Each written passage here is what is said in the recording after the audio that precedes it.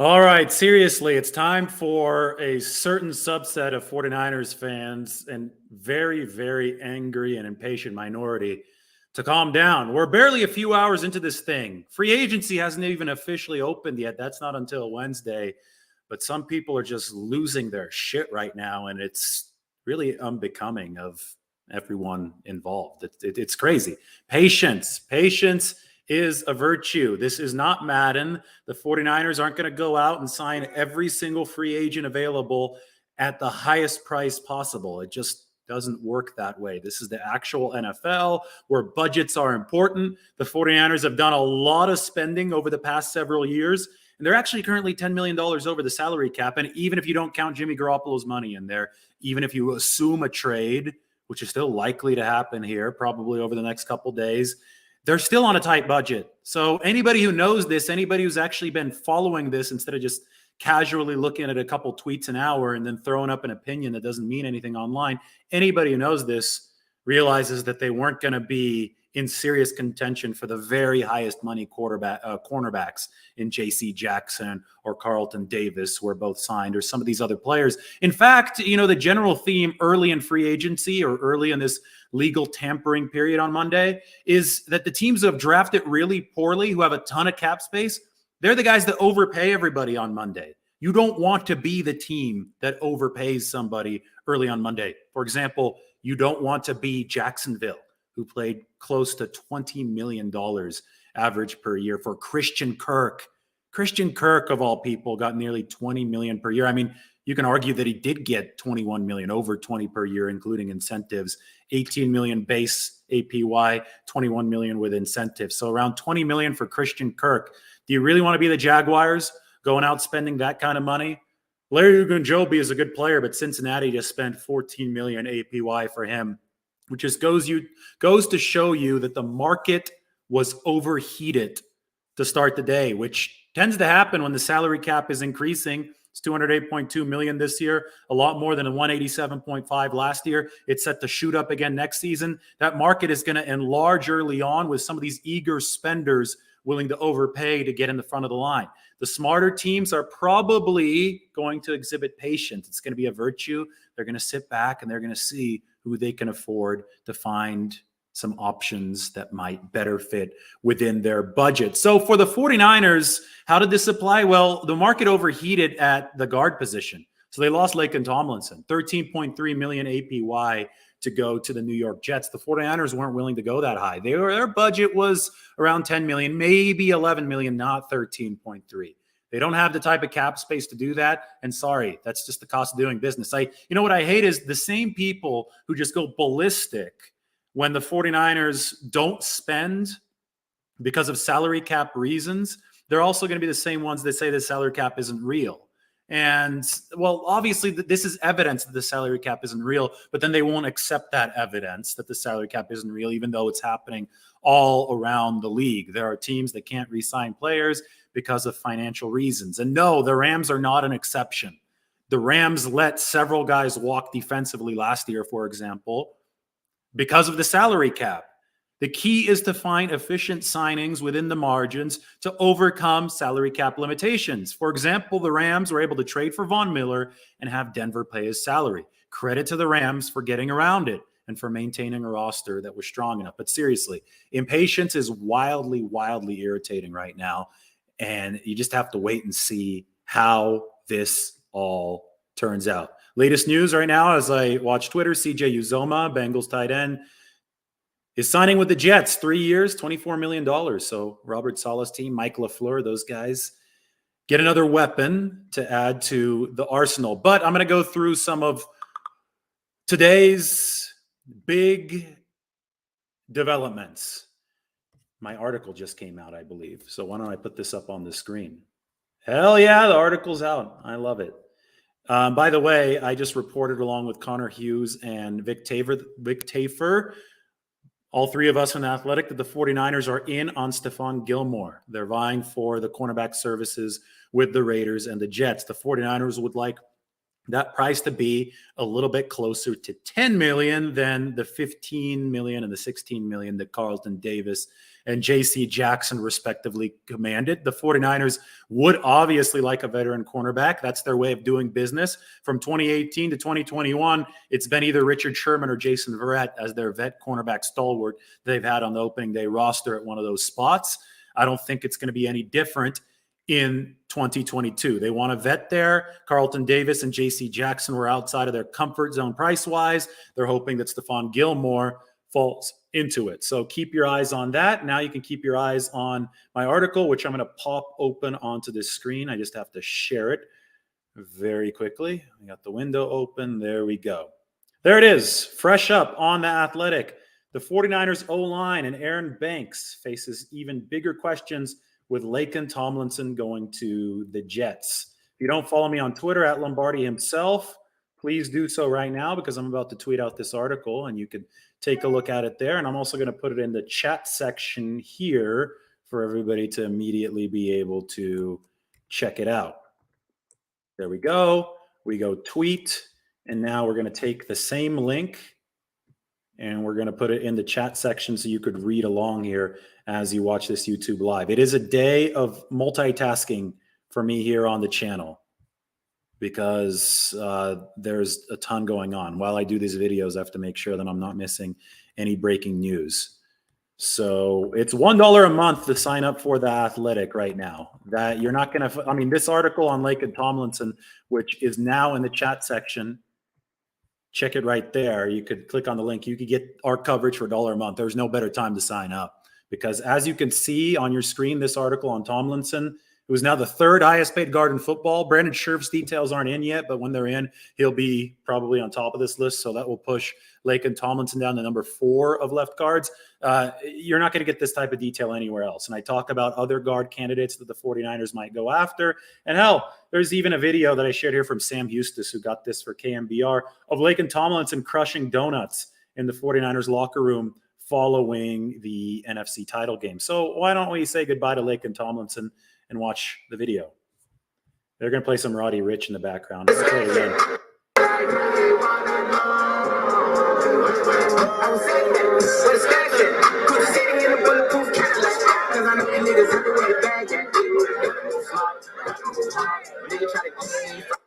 Good stuff from KMBR. Thanks to them for posting that video. I remember that. I didn't get a video of that particular instance in that locker room, but boy, were those fun times. And the 49ers are thankful to Laken Tomlinson for all that he brought to them. In fact, I mean, just think of the journey, right?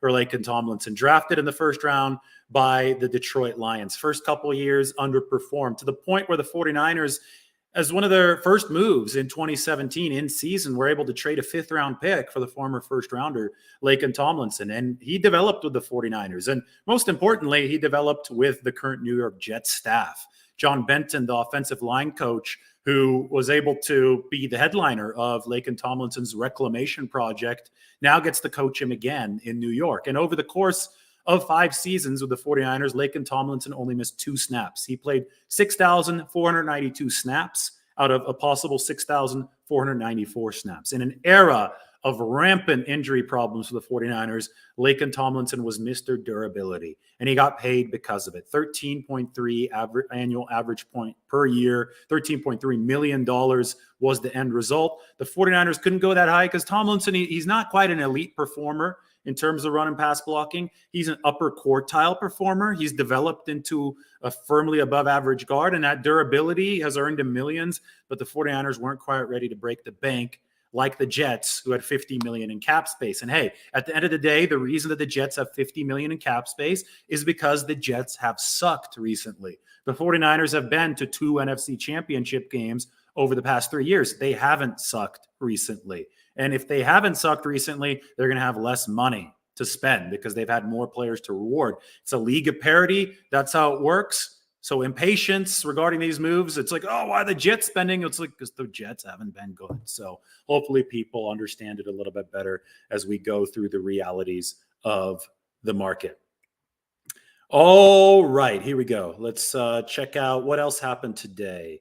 Yeah, so the market might be tapering off to usual, more reasonable levels, given the J.C. Jackson 16.5 million signing and the Carlton Davis 15 million signing. The reason I say that is, not because I'm insinuating they weren't expensive. They were. I've just been talking about how those two corners were out of the 49ers price range, but because those deals came nowhere near resetting the market. Jalen Ramsey is at $20 million for cornerbacks, right? So Jalen Ramsey is way up there. And yet, J.C. Jackson checks in at like number 5 or number 6 with his deal. He's not threatening the upper echelon of the market. So these weren't market busting deals. They're still out of the 49ers range, and they might be, small sample size, caveat included, they might be an indication that early rush on free agents is now over, and we can move to more sustainable times where the 49ers might be able to pick up an offensive guard, because I think they really need sustainability along the offensive line to be good. So the 49ers in on Stephon Gilmore. They hope that the market has cooled off enough to make that something that is a possibility. I've been off of Twitter now for like 3 minutes, and that's never a good thing because something probably happened. So I'm going to check again. No, they're still talking about CJ Uzomah, so I don't think that I've missed all too much.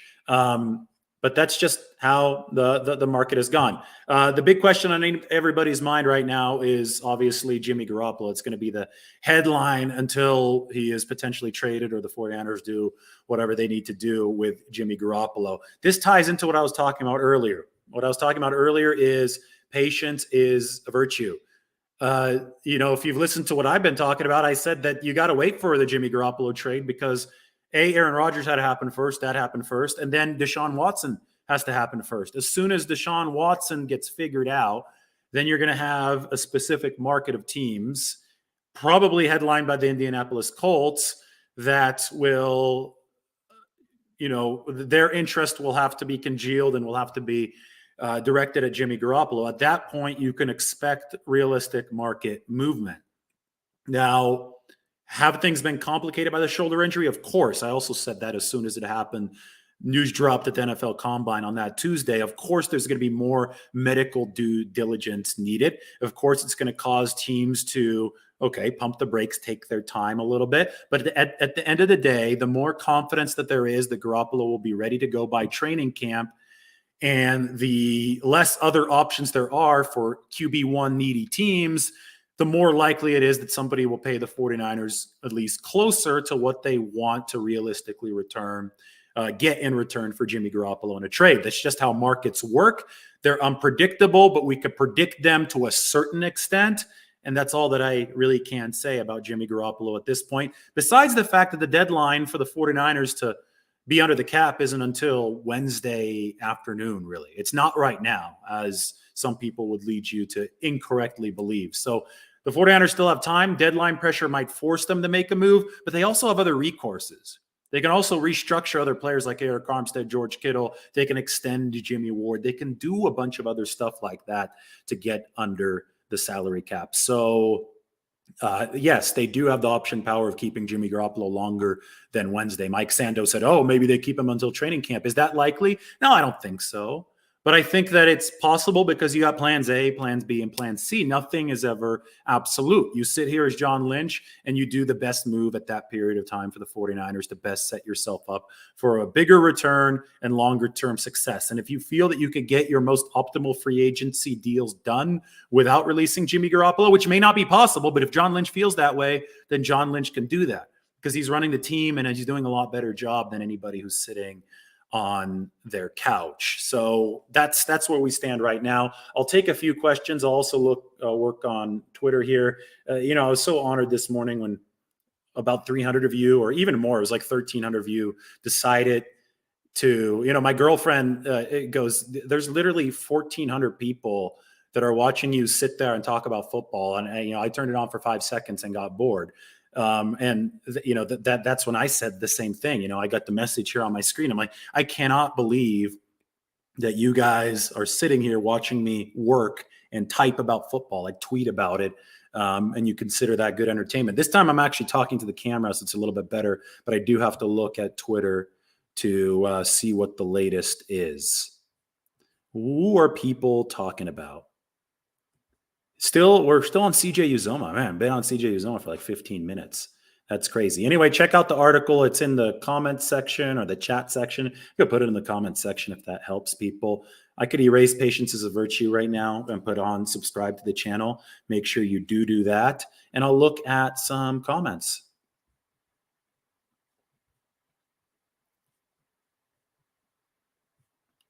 Brandon Hill's right. Signings aren't official until Wednesday.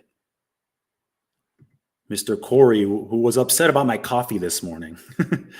I love you, man. He comments on every video, so it's all good. Yeah, so DJ Jones is going to be interesting, though, because, Larry Ogunjobi set a high defensive tackle market today, $14 million. Now, Jones has been nowhere near as dependable as Ogunjobi due to injuries, but this past year he was dependable and he was explosive and he was the best run stopper in football. I don't anticipate $14 million per year, but based on some of the signings that happened today with those defensive tackles, something close to $10 million per year, that's possible for DJ Jones. And it's going to be a matter of, are the 49ers willing to pony up? They may not be because they believe that Chris Kasarik can get stuff done on the defensive line. I mean, they were hoping that Darian Daniels would become the next DJ Jones, and then he hurt his foot or lower body injury dancing during warmups at practice this year. Practice squad guy missed the rest of the season. So I don't know where things stand with Darian Daniels right now. It's tough. We'll see if the 49ers are willing to break the bank for DJ. Initial indication from John Lynch was that they weren't at the combine. But then again, they haven't spent anything on Laken Tomlinson now. So maybe they go to DJ Jones. Maybe they have a few extra million to spend there because they didn't spend on Tomlinson because he was out of their price point. I don't know. We will see.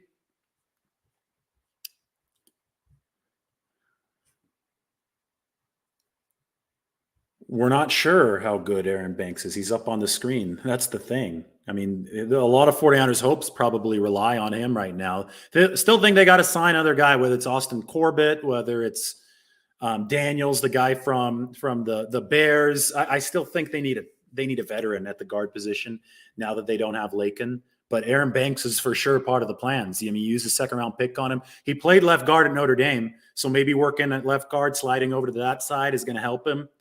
But, I mean, the 49ers are at a major crossroads along the offensive line. They have work to do. It's got to be better than it was last year. Lance needs a better offensive line than Jimmy Garoppolo. He doesn't have the release. He doesn't have the experience. You don't just run away from interior pressure. If you could, Patrick Mahomes would have run away from interior pressure in the last Super Bowl, and, the Chiefs wouldn't have gotten blown out by the Tampa Bay Buccaneers. It doesn't matter how mobile the quarterback is. Offensive line is supremely important in the NFL. So the 49ers have lost Tomlinson. It's a move, it's a happening that I said would be really, really tough for them to swallow. Well, now they got to swallow it. Now they got to figure out a way to make sure that offensive line is fortified, even though Tomlinson is going to the New York Jets. And yeah, we don't know how good he is. This is what we call a clueless comment. If Jimmy is so good and his EPA is so amazing, why is no one trading for him? Okay, first of all, who said that Jimmy Garoppolo's EPA was amazing? I think that we all illustrated that Jimmy Garoppolo's EPA, which is expected points added per play, was extremely effective under Kyle Shanahan. It is a measure of how efficiently Jimmy Garoppolo orchestrates his given offense. So it's a play caller, quarterback, offensive weapon measurement.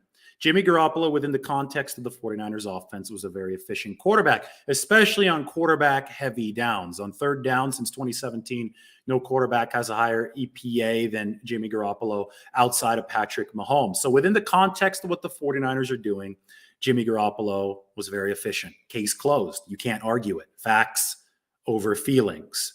The fact that people want to argue this and want to argue against the significance of this shows that they don't know what they're talking about, or they're jealous of Garoppolo, or they're jealous of me. I don't know who they're jealous of. I quite frankly couldn't care, because every single comment about this that doesn't understand the context of it is just revealing ignorance.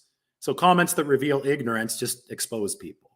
Garoppolo, within the course and within the context of the 49ers and Shanahan's offense, was an efficient quarterback over the past 5 years. That is why the 49ers rose from complete irrelevance to sustainably good offensive play whenever Jimmy Garoppolo was healthy. The problem is that he wasn't healthy a lot of the time.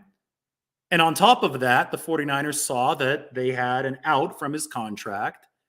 So they were able to make a maneuver for Trey Lance. And in this era where mobile quarterbacking can bring such a seismic upgrade to an offense, the 49ers feel that they can take their offense to an even further level. So two things can be true at once. Jimmy Garoppolo could have been an efficient quarterback for the 49ers, and he could be appreciated for that role within the context of the 49ers while they can move on to Trey Lance and try to fulfill Kyle Shanahan's vision of what his dad had in Steve Young and John Elway. That's why you trade up so much for Trey Lance. And as far as the rest of Garoppolo's story, that much is unwritten. We haven't even reached the start of free agency yet.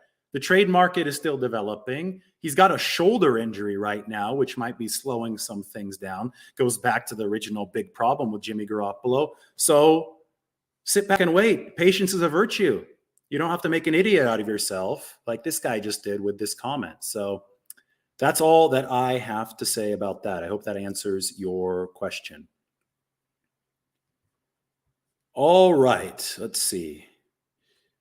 Well, 324 viewers right now. I love that everybody's online. Good stuff. I mean, it's worth explaining to everybody, so it's on the record. The good stuff about, it's so funny because there's so many trivial, stupid comments and battles, whatever, on Twitter. The record is the record, right? So I'm comfortable with my track record. I came out last January, said the 49ers should draft Trey Lance, pair him with Jimmy Garoppolo because Jimmy Garoppolo had injury concerns, develop him to be the quarterback of the future. There are people that were calling Trey Lance Tim Tebow back then, Tim Tebow 2.0. Well, I forgot what the comment was, but no, I said go and develop Trey Lance because this is moldable clay for Kyle Shanahan. I said the 49ers would keep Jimmy Garoppolo. I said the 49ers would start Jimmy Garoppolo in 2021. I mean, the track record is there, right? So, you have people that try to, bring attacks and bring, weird different angles to things. The track record is the track record. And as long as you stay on the track record, then you have credibility to talk about what comes next. Otherwise, you don't have credibility to talk about what comes next. So I'm happy to bring you both the track record and the current situation and what comes next. As far as the current situation, geez, I don't see any new. Xavier Woods, 3-year deal with Dallas, $15.7 million. He's a safety, so that safety market around 5 APY. I think Tart's going to be like a 3 or 4 APY. We'll see if the 49ers try to bring him back. Again, I always say he's a good communicator. That's important to the football team. Alex Kappa's contract was interesting with the Bengals today. 4 years. They say 4 years, $35 million now. Is that a little bit less than it was? Yeah, wow. Even less for Alex Kappa than initially thought. So that's even more of a, I don't want to say overpay of Laken Tomlinson, but it's even more of an aggressive pay of Laken Tomlinson for the Jets. Because the initial numbers on Kappa were 4 years, $40 million, which was a $10 million APY. And immediately, Tomlinson graded as a very similar pass blocker to Alex Kappa, number 19 in the league. But he was a better run blocker and he was more versatile than Kappa, who's already dealt with he was more durable than Kappa, who's already dealt with a broken leg. So I immediately said, okay, well, if Kappa's at 10, Laken's going to be at 12 or 13. He ended up at 13.3. Now Kappa's 4 years, 35, which according to my poor math is like 9 million per year APY. Yeah, a little bit under 9. And he had Laken at 13. So Laken made a lot of money. He is set to rake it in. Well-deserved for being such a durable fixture of the 49ers in their turnaround over the past 5 years. Still not seeing anything new here. Xavier Woods is the latest. This is interesting. Mark Lewinsky has agreed to terms of the New York Giants. 3 years at $20 million with $11.4 million fully guaranteed. So that's going to be between 6 and 7 million APY. I think this is tweetable for me. Because I think that the 49ers will, I think it behooves the 49ers to go get a guard at around 6 to 7 million APY, somewhere around there. Tomlinson is too much. For Glowinski, a rate at which I think the 49ers would be willing to add a veteran guard. In fact, I think that's needed. I wrote about some options here. Okay, I'm going to link my piece. You guys get to see me tweet in real time. There it is. All right, the Twitter is out. And there it is. Good. Tweet deck is rolling. So another tweet there. Again, subscribe to this channel first and foremost. It says there at the bottom, but I'm on Twitter, Lombardi himself as well. Not looking at too many questions right now.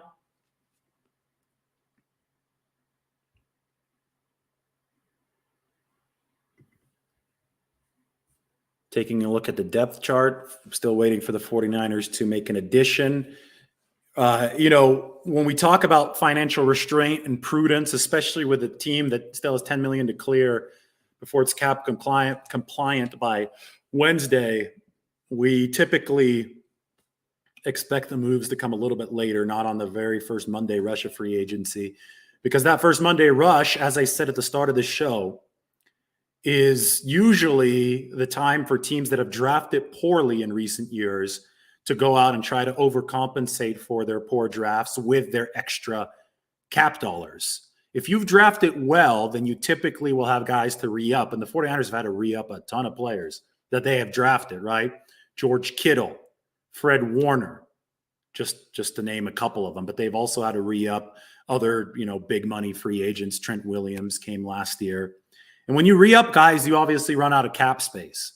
The 49ers were awash in cap space in 2017 when Shanahan and Lynch took over because they had been terrible in the years prior. They drafted terribly. There weren't guys to re-up. So, yeah, that was a time when they could go pay Pierre Garçon insane amounts of money. And they could go pay Malcolm Smith too much money. Now they can't do that. Now they can't be the Jaguars. And that's a good thing. You don't want to be the Jaguars.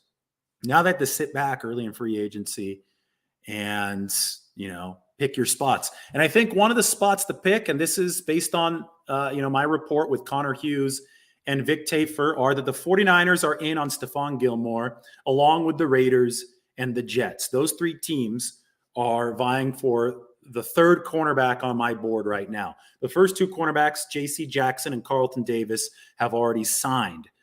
Stephon Gilmore, he's 32 years old now. The 49ers think that they might be able to get him at a slight discount. That would be, completely in line with how the 49ers have behaved in terms of spending at the cornerback position before. They got Richard Sherman at age 30 back in 2018, and they re-signed Jason Verrett at around age 29 or 30 in 2020, both players at relative discounts. If they can get Stephon Gilmore at a relative discount, we're talking 10 to 12 million per year, maybe 11 to 13. Since they didn't re-sign Laken Tomlinson, since that wasn't in their budget, maybe the 49ers can afford it.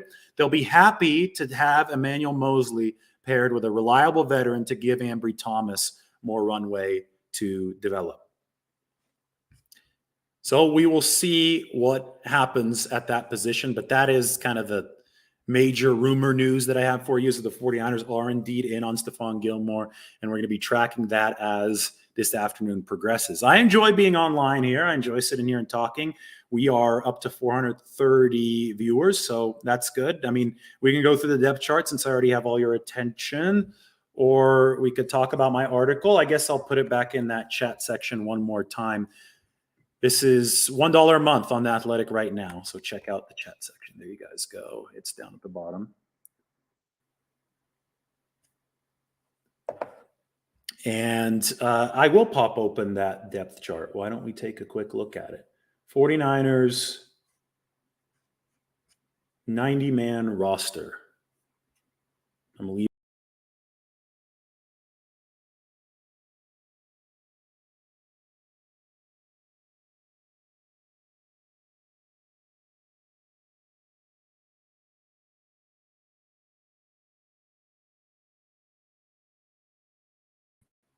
Oops, did not mean to leave. Sorry. I meant to pop open the depth chart in a different window. And instead I popped myself out of my own window on StreamYard. So I am now back. Sorry about the brief delay. Here we go. Let's reshare this screen right now for you guys.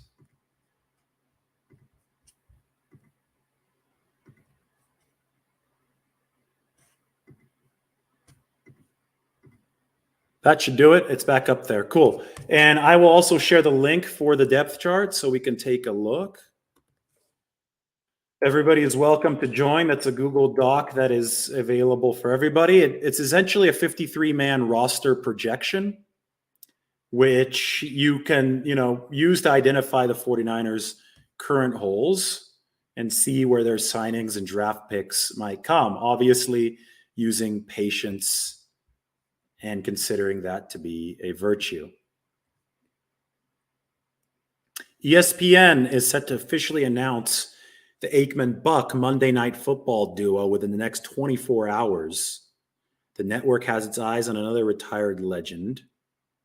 I wonder who that is. It seems like clickbait, so I'm not gonna click on it. We'll find that already a little bit later. Ted Karras, the guard, former Patriots guard, his contract with the Bengals, 3 years, $18 million.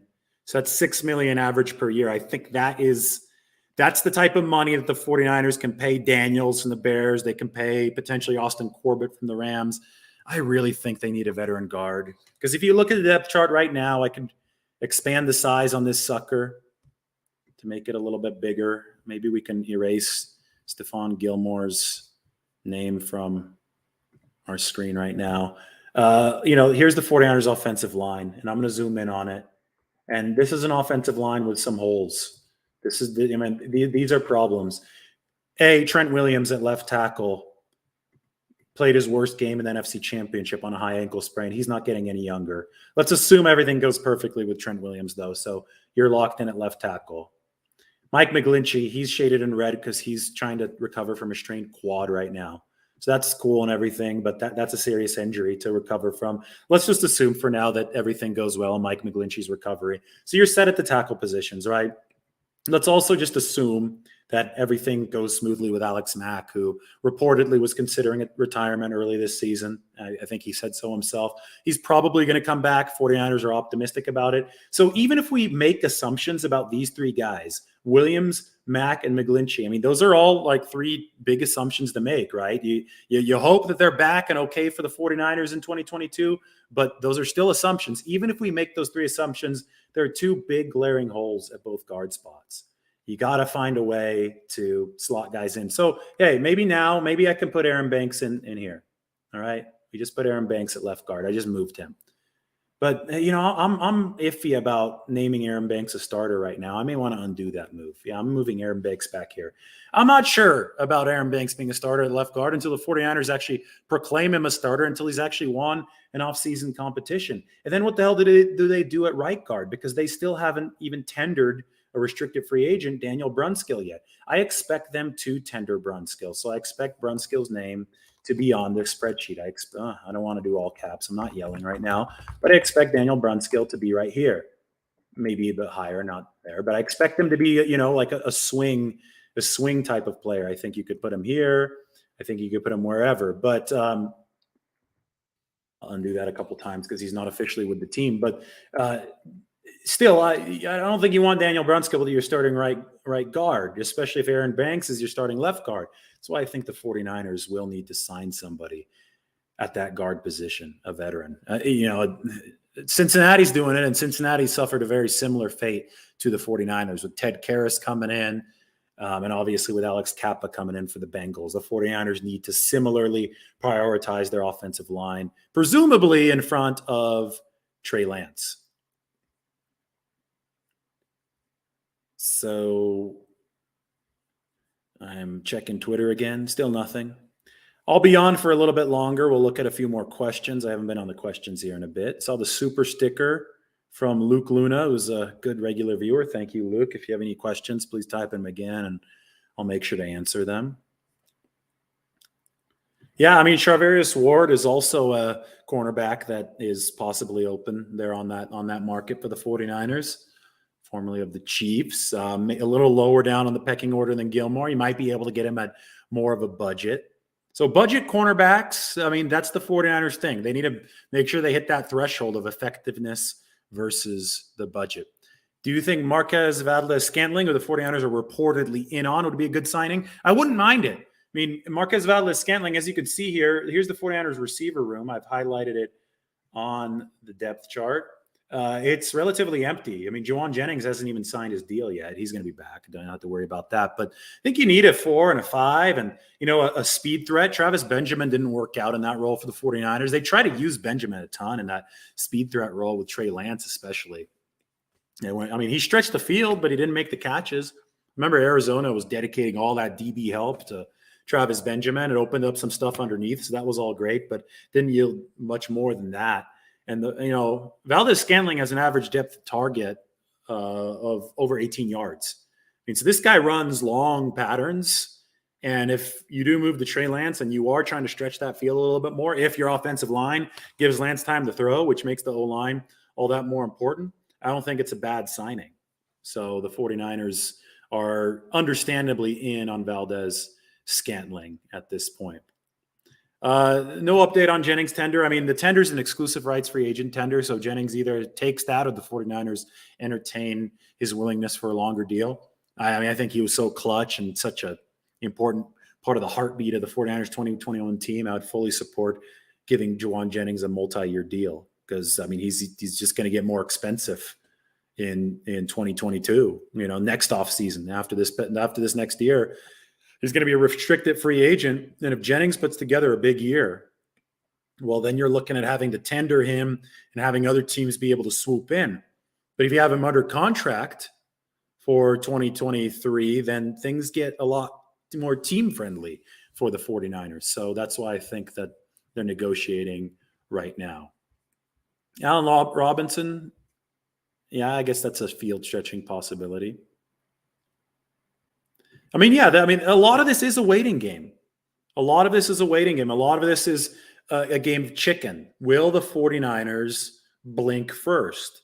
That's why you want to free up as much of your salary cap situation in other ways as possible that are sustainable, so that you can win the game of chicken with the trade of Jimmy Garoppolo, the potential trade, I guess I should say, to be accurate. Aaron Banks will justify his high draft status. So I'll tell you what, the 49ers certainly hope so. He didn't justify it as a rookie, although you could argue that perhaps. Let's talk a little bit about Aaron Banks. I'll pop this open right now. Go open this window again. 49ers offensive line. Here's why the 49ers liked Aaron Banks. He weighed 338 pounds at the Senior Bowl last year, which a lot of people, probably the 49ers too, thought was too heavy. So they've asked him to cut some weight. He has. But look at Aaron Banks. This is Aaron Banks in high school in the East Bay, by the way. He went to El Cerrito. He was a surprisingly agile basketball player if you watch his highlights. Let's go down to watch Aaron Banks's basketball highlights. Number 33. Make this a little bit bigger. The guy can move despite being an absolute truck. He was nimble, and if you want to make this a little bit bigger, we can.